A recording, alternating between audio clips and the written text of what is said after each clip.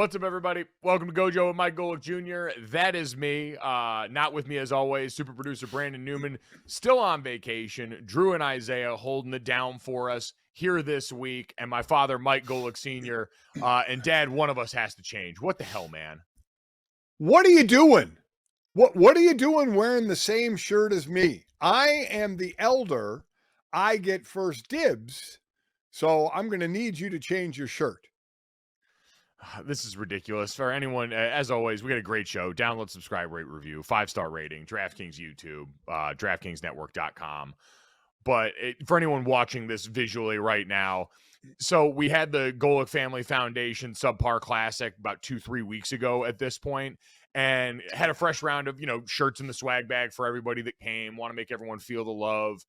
And they're really comfortable baseball tees, and the money that made them went to charity, all that good stuff. But now we have them in the closet, and apparently both decided to reach for it this morning. And the one thing I refuse to do is consult my father on fashion advice going into the day, considering, Dad, your preferred usual outfit is a t-shirt that's either light blue or lime green that you got free from a Bass Pro Shop deal about a decade ago. So I usually assume that, and anything else catches me off guard, including this. Well, I mean, I will say I am proud of you because, yes, that's what I do. But we are wearing free shirts. Even though it's our own foundation, we did not pay for these shirts.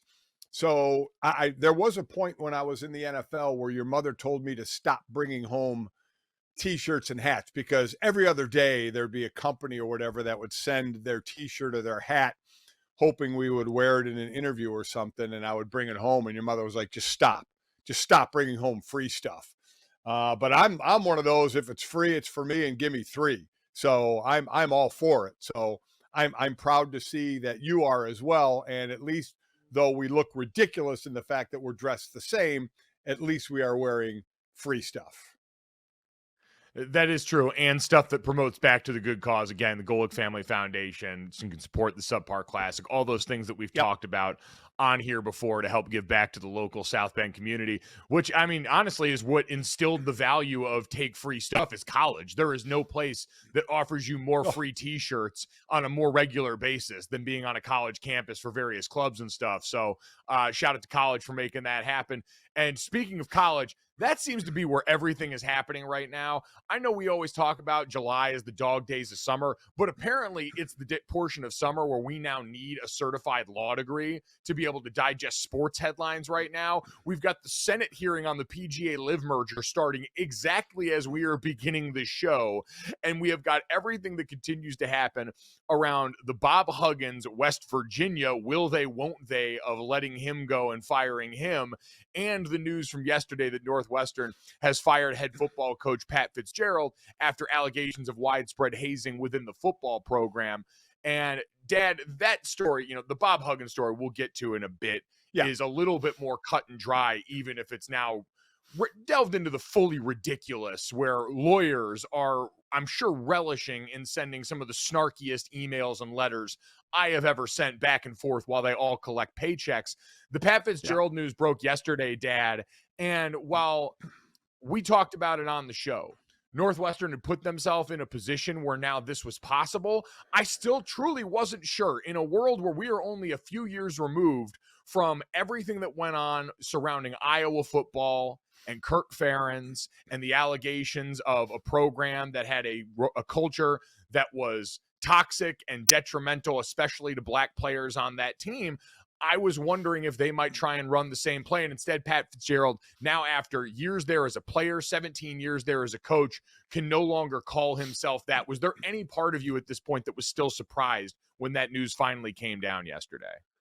I mean, the only surprising part about this is how everybody's handling it, especially, in all honesty, the Northwestern president, who's a lawyer, by the way, and knows about process, and how he has basically screwed this process up to where there was a 2-week unpaid suspension, which was during a dead period in the summer, which is like nothing, and then saying there was new information, or there was more detailed information coming out, when it looked like it was the backlash that made him rethink the 2-week suspension and then go into a firing. And now Pat Fitzgerald firing back with lawyers saying, wait a minute, how do we go from a 2-week suspension to being fired in this case? So this one isn't over, and it's not over because of, I'm sure, reputation for Pat Fitzgerald, but also money. He's 2 years into a 10-year, $57 million deal. So he's making over $5 million a year, and he had 8 more years of that coming. So now it comes down to the legalese from that side of it. We'll certainly get into the other side of it of is he going to be fired with cause or without cause? With cause means they don't have to pay him, and Pat would have to sue for the money. Without cause means they come to some kind of settlement on the amount of money owed, blah, blah, blah, blah, blah, blah. So a lot of it is about that. But I'll say this, Mike, before, because there's a lot of people on Twitter coming out and saying, I know Pat Fitzgerald. Pat Fitzgerald's a great guy. I can't believe any of this. And listen, I've known Pat for a few years, and Pat, I think he's a really nice guy, but I don't know the inner workings of what's going on there. And he has said, even in the statement after being fired, he brought up the fact of the lady who did the investigation in saying that Pat didn't know what was going on, so that's why I was suspended for 2 weeks. Next thing you know, I'm fired. And why am I fired? And I'll look at a tweet that I saved from a guy named John Mancuso. Okay, and this is kind of where, because people are going to say, did they have to fire him? Why did they fire him? Blah, those that are on Pat Fitzgerald's side. And this tweet says they had to fire him. There's no way he possibly can recruit kids and tell the parents, I will protect your child and do what is right for them during this time at the university. He can say he had no knowledge, but if he didn't, that's a problem. And he had no control of the program. And so in the big picture, that's the way I look at it. A lot of people are going to say, did he deserve to be fired if he didn't know what was going on? And this comes down to this same old question.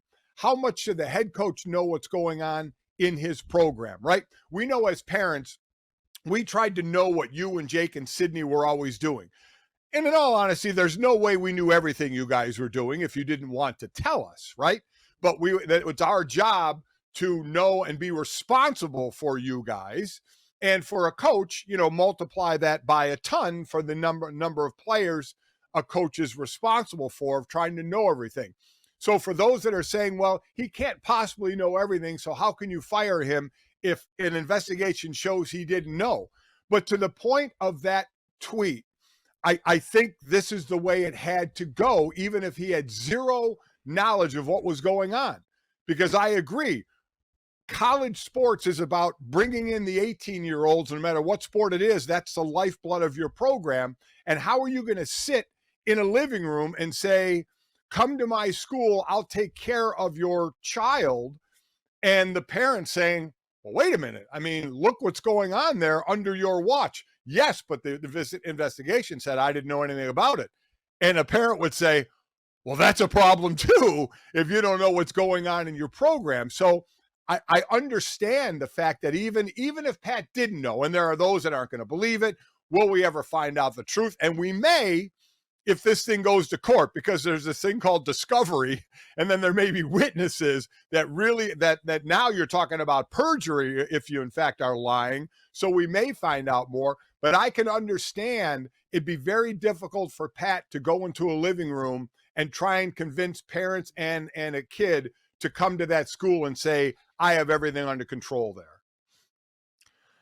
I'll say this about what coaches do and don't know. They know a lot. Like, we had coaches that would know what guys were out at Thursday night spots at bars. Like, they have ways of finding out what's going on with their team because they're control freaks. They're all micromanagers. They all find a way to try and control whatever part of the program they can. So the notion that he didn't know about it, again, we can't prove right now, but does feel far-fetched. And you're right, there's a no-win situation there, right, where you're damned if you do, damned if you don't, that you're not going to get out of, and that is the burden that comes with being the person in charge of all this. And so I do think, and this is where we can have a conversation about where the president fits into all of this, right? Because as a general rule of thumb, if you're not an alum of the school, you shouldn't know the president's name at a university. That's not someone that you should readily know. And now Michael Schill is going to be a name who is 10 months into the job, by the way, taking over as Northwestern's president here. You should not know his name. And that same idea of you're either coaching it or allowing it to happen, essentially what this boils down to, applies to Michael Schill. Because through this timeline, you mentioned he is the one, and he said this in his statement firing Pat Fitzgerald. Ultimately, there are other people I heard from. This decision comes down to and was made by me. He was the one that originally decided to suspend him for 2 weeks in a way that seems like they hoped people wouldn't notice because it's Northwestern, because it's the summer, because it's the dead period in the offseason, and they'd be able to sweep it under the rug, or the independent investigators that they hired weren't able to uncover the same amount of information that the student newspaper on campus uncovered. Either way, seems like a bit of a problem in your process and seems like somebody ought to answer for that. Like, Dad, if we're going to hold Pat Fitzgerald accountable in the ways that we mentioned, make sense that are understandable given the situation, I don't know how Michael Schill isn't facing some of those same questions here. I've seen people say, well, you can change your mind, you can make better decisions. If he had made a better decision at the beginning of this process, actually punished Pat Fitzgerald in a way that was in accordance with what was accused here and the allegations that were brought forward here, there's a decent chance Pat Fitzgerald still has his job right now. And I'm sure that's something that Pat Fitzgerald is going to bring up with in his beef in this entire process, is how it was handled. Now, Pat Fitzgerald agreed to that suspension initially, because who wouldn't agree to just 2 weeks? But I do think we're going to spend a lot of time looking at Michael Schill now that Pat Fitzgerald's been fired. So, Dad, with Pat Fitzgerald, I think you can kind of boil it down to this is going to be about who knew what and when, right? We've talked about that relative to Pat Fitzgerald about what he did or didn't know. But now going forward, I don't think we're done with people who could potentially be in the firing line here. And Michael Schill, the university president, it's going to be about what he knew and when, right? He said himself in the statement where he filed Pat Fitzgerald, this isn't about one player's agenda or one player's motives. We had 11 players who spoke with the independent investigator during this time period. Because that investigation was confidential, I just learned certain specific details like the identity of the players involved and things like that. But, Dad, it's going to be about, did he know the sexual nature of these allegations when he made the 2-week decision? Did he know the full scope and severity of that when he made the 2-week decision originally that he said, I went back and rethought of and made a mistake on? Or did he find that out again because of the student newspaper who pried those details loose that somehow their independent investigator wasn't able to unearth for whatever reason, which would almost be a bigger red flag to me? And so, again, either way you slice that, I don't know how the university president comes out of this looking like someone who's competent enough to be at the wheel of this going forward. Yeah, and then there's the AD, Derek Gregg, who I know Pat and his family had a meeting with the team on Monday night, and Gregg was out of the country, so I think he zoomed into it. Schill wasn't there. So I agree with you, because a lot of people are going to ask, what about the AD? Well, this goes beyond the AD to the president. So this is falling in Schill's lap. And it'll be interesting going forward on what more comes out, because now are we going to enter a legal phase? And so some of the things, as everybody tries to play amateur lawyer. I mean, the amount of people with law degrees who really don't have law degrees but think they do on Twitter is amazing. But there are some things that I actually found out from legal people. And one of the first things is, what's in this contract as far as going to court? Because a lot of times in a contract, it will say that you go through mediation or arbitration and not court. And so I don't know what's in this contract. Do you have to go through that, or can you go through court? And do you want it to go into court? Because then, as we talked about earlier, there's discovery, there's witnesses. And does Pat Fitzgerald want witnesses up there? And conversely, does the school want witnesses up there as well to sit there and talk about in court of what they went through as student athletes for that university? So do they want all that? People want to know the truth. But from Pat's side, if it's bad, and if it's the school side, if it's bad, do they want any of that becoming public, or do they work out some kind of a thing between the two of them so it doesn't go to court? Yeah, I have a feeling because of how much the school and how much Schill screwed up the initial version of this punishment, they're going to end up having to cut Coach Fitzgerald a check. And so I think that's going to be the reality. But Dad, the reality going forward now for this program is also fascinating because the fire was rising the morning before this news got announced too, right? You had the Northwestern Daily reporting allegations from former players in the early 2000s of a racist culture around the team, black players and Latino players saying they didn't feel like they could be themselves. They felt like there was a culture that emphasized whiteness, all this thing that was starting to build up. And oh, by the way, Dad, the other part of this that's hard to ignore is Northwestern had won 4 games in the last 2 years. It looked like an abject disaster. They had 1 win on not even on American soil last season and had been trending downward outside of the pandemic season for a while in a way that I'd imagine was also a part of the calculus in some of this decision because Pat Fitzgerald and this program hadn't been successful a while. And there's a wonder now of who takes over. I think the defensive coordinator is sort of acting as the head coach right now, but has not been named the head coach, going to allow for them to search for more. But what kind of job this is now with all of this in mind is going to become a really different proposition for Northwestern. So what should happen, in my opinion, because we're, weeks away from fall camp starting. David Braun is the new defensive coordinator. He came from North Dakota State this year. So the reason it should be his job for now is he's not associated with this program, right? There's a lot of coaches on the coaching staff who have been here through these years with Pat Fitzgerald. So did they know what was going on? So are you just putting someone in charge who was part of this toxic culture if these coaches knew?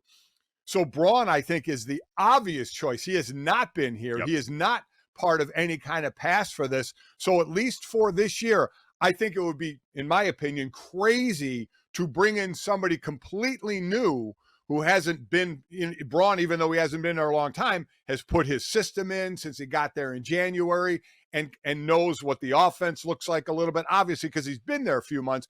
You can't bring in someone completely new just a few weeks before training camp. So I think it'll be Braun's job as the interim head coach, and then we'll see what happens after the year is over. Yeah, I think that's going to end up being the move. And I mean, the timeline of that, a July coaching search doesn't seem like something that's going to bear a lot of fruit for you, especially given the soil you're trying to plant in right now. And Dad, you brought up before the people rushing to the defense of Pat Fitzgerald right now because they've had positive interactions with him. We've seen, the letter from the team, a letter from a former manager on the team, people speaking out on Twitter, folks in the media, our colleagues. And it's one of those things that's worth reminding in this spot. Pat Fitzgerald can mean a lot of really positive things to a lot of people and have still screwed up here and have still done more here and should be held accountable for what went on inside the building where he sets the standard.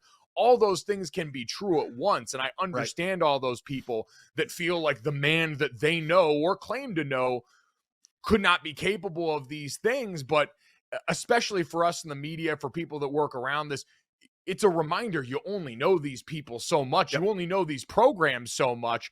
And like anything else, a person can be a lot of things at once. Well, listen, people that in our business that say they know them like we know coaches, right? You call games, you're around college football all the time. You know some coaches way better than other coaches. Same with me. I would as well in college and in the NFL. But that's what you know them as. That's why I always, when I talk to the younger kids and who they look up to, I say, be careful of looking up to a player, because while you see what that player does, you don't know that player. And while we interact with these coaches, some more than others, and like I said, I've interacted with Pat, and he was always a great guy to me. We got along extremely well. But you're right, those things aren't mutually exclusive. You can be a great guy and have screwed up in a situation as well. So to just blindly defend somebody and saying there's no way he could have done it when you just kind of know them on the surface, I think would be a bit naive. Yeah, you can be a great guy to some and not to others, and you're certainly not infallible, and that's the bottom line. All right, so Dad, we will see what continues to happen with the situation around Northwestern as, like you talked about, Pat Fitzgerald has lawyered up and got ready to go. Worth noting, I saw Andy Staples from On 3 tweet this yesterday that apparently the law firm retained by Fitzgerald, Winston and Strawn, is the same law firm that employs the attorney who led the case to the NCAA's 9-0 defeat in Supreme Court. So take that for whatever it's worth. But Yep. he's certainly not done with this situation. But Dad, ultimately, I think one that resonated with a lot of people too, and especially a lot of players, because it did involve the locker room, right? This place that's supposed to be. And they even said in this story, part of the reason Fitzgerald had this plausible deniability was because he said the locker room belonged to the players. And while college locker rooms, there are 85 plus or 80 something scholarship guys there, can be up to 120 players on a team with walk-on players.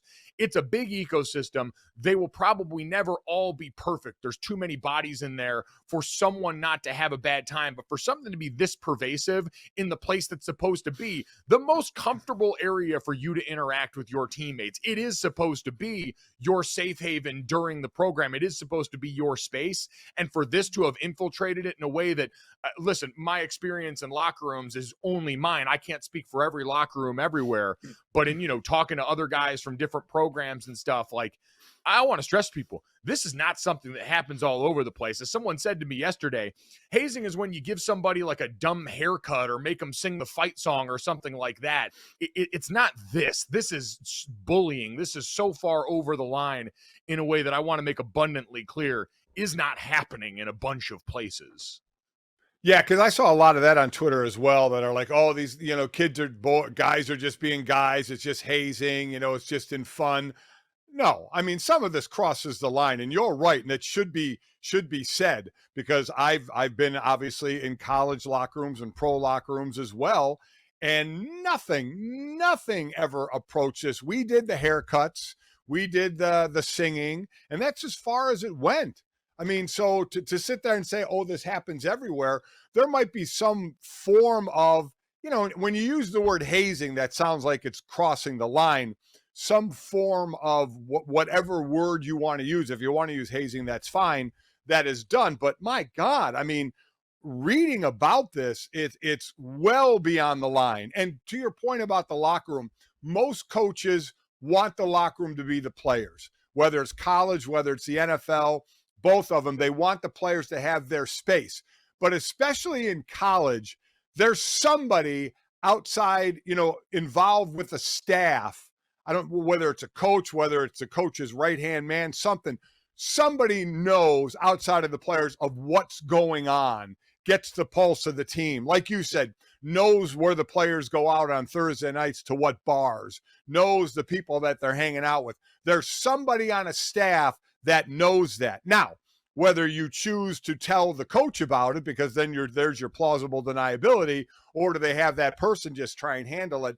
To think that if this stuff was going on, that somebody outside of just the players would have known about it seems real to me, that somebody's going to know when things like this are going on, that there are those people who it is their job to know the pulse of the locker room that are going to know that something like this is going on. Yeah, I'd agree. So it's a, man, been an ugly situation, and something that I know, listen, everyone will be happy to put in the rear view when it comes to, college football season and getting back to the actual nature of the sport. But it's the important stuff, because especially, Pat Fitzgerald and this program have touted themselves as developers of young men. And even in a statement yesterday talked about, what he believes they have done in sending young men into the world capable of being great fathers and husbands and all that stuff. Like, this is still about protecting the most vulnerable portion of your locker room population, right? Like, I had a coach that always said, you guys lead from the front and we'll worry about leading from the back. Meaning, hey, you guys set the standard and we'll work on picking up the people that are falling short of that right now, or the people that are struggling with that right now. Like, it's about protecting the people that are most vulnerable. And when that doesn't happen, somebody has to be held accountable for it. And in this case, that's what ended up happening. Dad, switching gears a little bit here, we mentioned for some reason these things keep coming out at the same time. Bob Huggins' legal team released their response to West Virginia's latest response about an hour before all of this happened with Pat Fitzgerald. And Dad, Bob Huggins decided that he was going to make this a mess. Seems to be the only thing I can come up with, because everything presented by West Virginia's legal counsel seems to state, we've got receipts that you and your legal team communicated that this statement was going to come from your wife, communicated with the athletic director that this was indeed what you were doing, communicated with the basketball team that you were indeed resigning. And so somebody in all this would be doing a whole heap and mess of lying right now. And if it was West Virginia and their athletic department after this statement, I would be pretty stunned. Bob Huggins' motivation for this is something that I would not be even begin to try and speculate on. But, Dad, it seems like this is not going to end pretty because Bob Huggins decided it's not going to end pretty. I mean, so is Bob Huggins really trying to continue to be the coach at West Virginia after all this? Or is this just, a money grab to say it wasn't a formal resignation and you guys fired me, so you breached the contract, so give me my money? Again, the university on Saturday released an email that was sent from an account belonging to June Huggins, Huggins' wife, to the athletic director, Ren Baker, the day after the head coach announced his resignation, that said, please accept this correspondence as my formal notice of resignation as West Virginia head basketball coach and as notice of my retirement from West Virginia University effective immediately. Again, from his wife. So here we are with the lawyers out there that are going to decipher, well, this isn't, I would look at, and this is where we talked about this yesterday. He's been with he's from there, went to school there, been with this program for so long. You just wondered if things were treated with kid gloves a little bit, right? Instead of making sure all the T's were crossed and I's were dotted, that the legal team at West Virginia would see this came from June's account and say, okay, this isn't legal, guys. We need Bob Huggins' signature on this. Or was it just too much of a kind of a family affair type thing where they said, okay, we accept this, this will work for us. And then Bob Huggins had the change of heart and said, wait a minute, that wasn't from me. That didn't come from me. My signature's not on it. So as far as I'm concerned, I'm still the head coach at West Virginia. What an absolute mess this has turned into. This came from the West Virginia University Office of General Counsel, where they pointed out that Bob Huggins, legal, longstanding lawyer, and the university had conversations leading up to Bob Huggins announcing his resigning from the position of head coach, had a conversation about how Bob Huggins doesn't use email, which again is the most believable part of this story and maybe the only thing that makes sense. And so the statement would be coming from his wife's email. The fact that between when he announced this resignation and now has been 22 days, where apparently in that time period, he didn't feel the need to go back and try and become the head coach yet again for whatever reason. Numerous phone calls between Huggins and the athletic department, like the mountain of, yeah, we got receipts they dropped on his head, seems too staggering to count. So again, I don't know if this is just one man's desire to make a mess of a situation that, based on what the legal team from West Virginia presented, seems pretty cut and dry, that he told multiple people,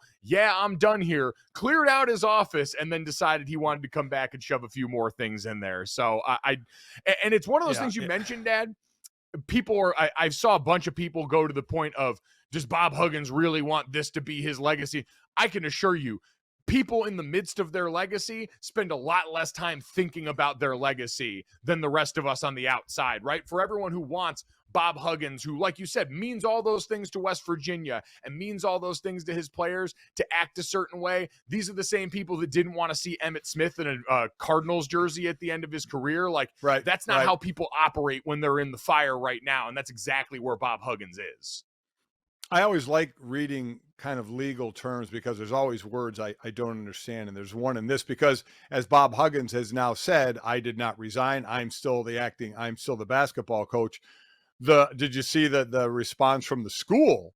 And I'm not going to read the whole thing. I'll read part of it. It basically says, if Mr. Huggins or his counsel attempt to publicly suggest that he somehow did not resign and retire from his position, please be advised that the university will swiftly and aggressively defend itself from these spurious allegations. What the hell is spurious? What are spurious? Why can't it be just allegations? What is spurious allegations? That's why I always fear reading legal terms, because A, I have to make sure I pronounce it right, and B, I rarely know what the hell it means. Dad, when you pay 3 years of tuition for a law degree, you're going to make sure you get every legal word you can jam into that sucker. I do have to imagine that the lawyers on both sides of this are like high-fiving and drinking beers after, because as you pointed out, the only thing undefeated in this entire process is billable hours. And they seem to get to go back and forth on an outcome and a result we probably already know. Bob Huggins isn't going to coach this damn basketball team anymore. He might be able to get a little bit more money out of the situation, but it isn't going to change much. And so at the end of the day, the only people that really win are going to be the lawyers in this entire process. Here we go. Spurious, not being what it purports to be, false or fake. All right. I guess I could have figured that out by how it was used in the sentence. So there we go. Well, Dad, you know what the good news is? You know who is exactly who they purport to be? Who's that? Our friends at Knockaround Sunglasses. Summer is in full swing right now. And if you need a pair of sunglasses that are awesome, aren't going to break the bank, Knockaround is the place to go. They are your go-to for quality polarized shades that aren't going to destroy your wallet. Plus, they just released the first 9 teams of their official MLB collection. You got the Red Sox and Yankees. I've been wearing the Mariners ones out and around in honor of the MLB All-Star Game. We've also got the official U.S. women's soccer team sunglasses as we get ready for the Women's World Cup. So don't be the person squinting into the sun, worried about getting sand on their overpriced sunglasses. Check out knockaround.com and get great-looking polarized shades starting at just $28. And I can assure you nothing in the legal process for Pat Fitzgerald or Bob Huggins is going to be that cheap and that affordable and in no way problematic, which is also cool too. Dad, speaking of Major League Baseball, home run derby last night. What were your thoughts in general? I feel like we got the perfect confluence of events. We got big-time performance from the hometown kid in Julio Rodriguez, who sets a single-round record with 41 dingers. Now, I don't know how we qualify that because the rules have changed so much over the years. There's been very little consistency, but you know what? We're not going to let the truth get in the way of a good story because, man, was the electricity in that arena or in that stadium cool as hell while J-Rob was up there batting dingers. We had a switch hitter and we had a legacy. My fellow Nepo baby, Vlad Jr., going and winning the home run derby just like his father did back when he was 8 years old. So, Dad, top to bottom, it felt like it had a little bit of everything and enough of something to be really entertaining.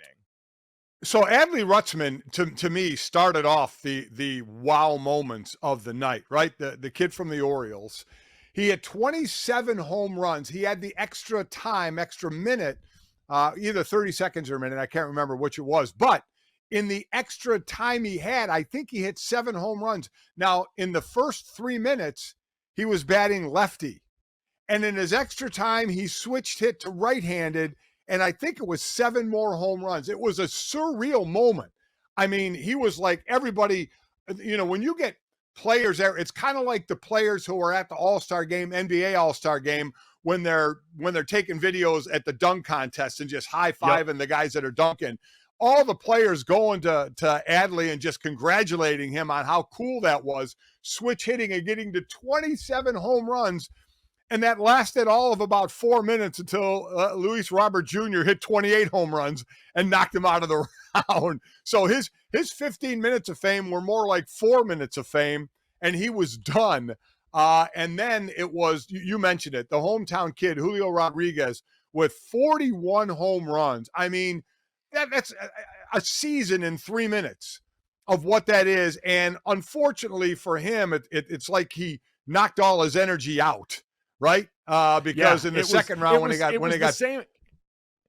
was the same line as you see in a golf scramble and a foursome. We wasted too many good shots off the tee when everyone starts bombing in one spot. He gets to a certain point, and it's really cool. He gets past that point, and you're like, you're going to wear your legs out and probably not win this thing, but keep going. Yeah, because if you're first, you got to hit as many as you can. If you're second, you have a number to go for. So all you got to do is beat that by 1, and you can stop. If you have time left, then you can rest a little bit and don't have to take as many swings. But, man, what a show he put on. He put on a great show. Pete Alonso, who was a guy that takes this thing real serious and was trying to become only the second, third-time winner with Ken Griffey Jr., he got smoked. He got beat by 20 home runs in this one. And, I mean, he probably went into the batter's box knowing he had to beat 41 going, my God, this is going to be really, really tough to do.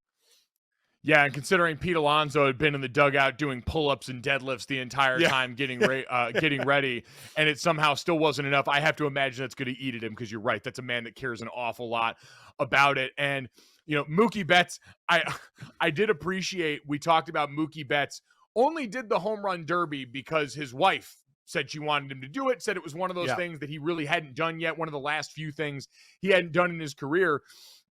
And they interviewed his wife with holding their newborn baby during his home run derby. I think it was when everyone got like a timeout at one point, like a 30-second timeout that they could call in the middle of their contest. And during his timeout, they were interviewing Mookie's wife, and he was way behind at that point. And they said, he's got a lot of ground to make up. What does he need to do to get back in this? And she goes, oh, he's way too far behind. He should just have fun now. I thought that was an incredible moment of honesty from a spouse in the middle of the competition. It's kind of what your mother told me about the golf tournament coming up. Don't take it serious, just have fun, because you ain't going to do anything in it. So, but to have Vlad Guerrero Jr.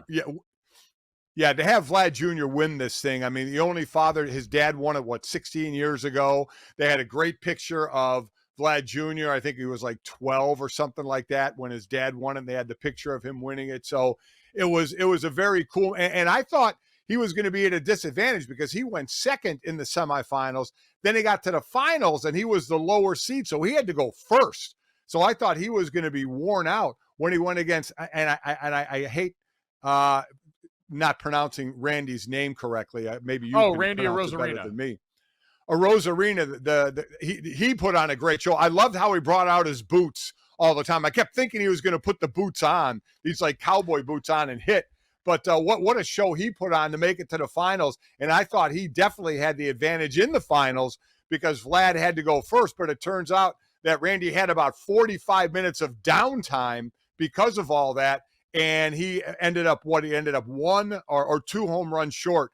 Guerrero set a record of 25 home runs in the final round, and Randy had 23. Yeah, our friend Vlad Guerrero Jr. won because of two words: potential energy. That man is an absolute unit. We had a big boy win the home run derby, and I know Pete Alonso also qualifies too, but there's something just about Vlad Guerrero's particular brand of girth that is really heartwarming to me. It's a win for the big guy community, and it does help you in the endurance portion of this, because for everyone else, when those legs start quaking for you little guys, Vlad's never going to have to worry about that because he's loaded up in the basement. He's ready to rock. So congratulations to Vlad Guerrero Jr. on winning the home run derby. Congratulations to also Marshawn Lynch for rocking the coolest chain and bringing it out to the home run derby trophy presentation last night. Dad, quickly, you did mention you're getting ready and leaking a little bit of confidence for the golf tournament here. Is that your way of telling us that we really need to downgrade expectations? I don't want that to go unnoticed. I need to downgrade expectations. I was practicing, taking a couple of lessons, and then I go practice on my own. And as I was on the course yesterday, hitting bad drive after bad drive because I was thinking about what people were telling me. I was watching videos. Finally said to myself, "What the hell am I doing? What am I doing?" Every time I go out on the golf course, while I'm taking the game more serious, I'm still not taking it serious enough where I'm getting bummed over bad shots. I know I'm never going to be on the tour. I'd like to get my handicap right around the 10, 11, 12 area. I'm getting close to that, but I'm never going to be much better than that, and I'm cool with that. So I just said, what am I doing? In the last couple of holes yesterday, I just forgot everything, and I was swinging really well, and I'm like, all right, screw that. I'm going to do what I'm going to do. I'm going to have a couple of beers before I tee off at 7:45 in the morning on Friday, and I'm going to go enjoy myself. I'm not going to win it. I'm not going to get close to winning it, but I'm going to have a good time. So I have kind of stripped myself of any kind of thought process that I'm going to play extremely well. I am going to put the call out there for you. If you are a person in the crowd for this event, my dad wants to have a good time, and if a beer bong should make its way to the course, who could be stopped? All right, let's finish off this, that, the third. 3 quick stories to finish everyone's day, send you guys off. As always, make sure you download, subscribe, rate, review, leave us that 5-star rating, and tell us more of what you want to hear. Dad, we talked so much about Victor Wembanyama and Britney Spears doing numbers this week. Apparently, the Summer League game did some numbers too. Friday's Spurs-Hornets game on ESPN was the second most watched Summer League game ever, with 1.39 million viewers on ESPN to see Big Vic go out there and do his thing against Brandon Miller, the number 2 overall pick in the draft too. So not surprising. I wish they'd have told us who number 1 was, because now that's all I want to know. But Big Vic also, Dad, getting shut down, which I think we all expected to after his 2 summer league performances. Yeah, listen, I think they wanted it to end on a high note, right? We know the first game, 2 of 13. Second game, 9 of 14, 27 points, grabbing the rebounds, getting blocked shots, looking a little more comfortable out there. So I think it was twofold for Greg Popovich in shutting him down. Basically, one is you don't want to get the kid hurt, right? He has talked about the next 3 months he's going to eat, sleep, drink, everything basketball, because he was only spending about half his time doing that, because you go through all the rigmarole before the draft that doesn't have a lot to do with basketball. So you don't get him hurt, and you let him end it with the having a little bit of confidence of playing well. So I think it was the perfect time to pull him back for those twofold reasons. And listen, Greg Popovich has been around a while, kind of knows what he's doing, and going to be even more rich as the new $80 million deal. He's going to be done coaching when he's probably 90, I would imagine. But I think this is the right move now for Wemby. Get him out of there and just get him basically in the gym to get some strength and some weight on him. I have to imagine the sigh of relief that young man is going to breathe leaving Las Vegas after everything that's transpired this last week is going to be incredible. Dad, let's get to that. This begins the criminal portion really of quick, the Mike. Really quick. Yep. Really quick. I got it for you because I knew it bugged you, and I had a feeling it would be. Do you know what the highest rated summer league game was? LeBron's first summer league game? Nope. Zion Williamson. Zion Williamson, yeah. Yes. It was 2019 Pelicans Knicks, 1.61 million. So not shocking that it was going to be that game. All right, there you go. All right, so that makes sense. Zion was and still could potentially be box office. We'll see. Hopefully, Mariah Mills has stopped tweeting at this point. Let's get to that. Dad, we had the Alabama baseball gambling scandal from a while back that ended with the Alabama head baseball coach Brad Bohannon losing his job. Now receive a little bit more reporting. And Dad, the details of this story include some of the dumbest men stuff of all time. Like, I cannot stress enough how incapable I believe women would be of being this stupid in this particular setting or any setting as the details that we've gotten out of this story. This is as guys being dudes of a story about making criminal mistakes as I've ever heard. I mean, I don't know how you can be this dumb, but Bert Neff decided to be this dumb. Bert Neff was an incredibly great high school pitcher who everybody thought he had a great career. It turns out he's a bit of a tool and basically burns bridges wherever he goes. He's like a youth coach now, but I think people even hate him for that. This guy took $100,000 to a Cincinnati sports book to bet on the LSU Alabama baseball game. $100,000 he took to bet on LSU. And it was a bet that was too big for the game, so it immediately raised some red flags. And basically the guy at the window was telling Bert, you can't do this. And he was basically saying, hey, listen, you have to let me do this. I need to do this. This is what he said. He indicated that he told this guy he wanted to make the bet with, he had inside information on the game. And right in the palm of his hand, he was texting the Alabama baseball coach, Brad Bohannon, who no longer has a job there. And on that, in the text, Bohannon was telling Neff that the starting pitcher had a tight back and wasn't going to pitch, and they were going to start another guy who hadn't started in since 3 months or something like that. Not only that, this was in a sports book, so there's cameras everywhere. The cameras could look down on the cell phone, and you could see the entire conversation between Neff and the Alabama basketball or the Alabama baseball coach.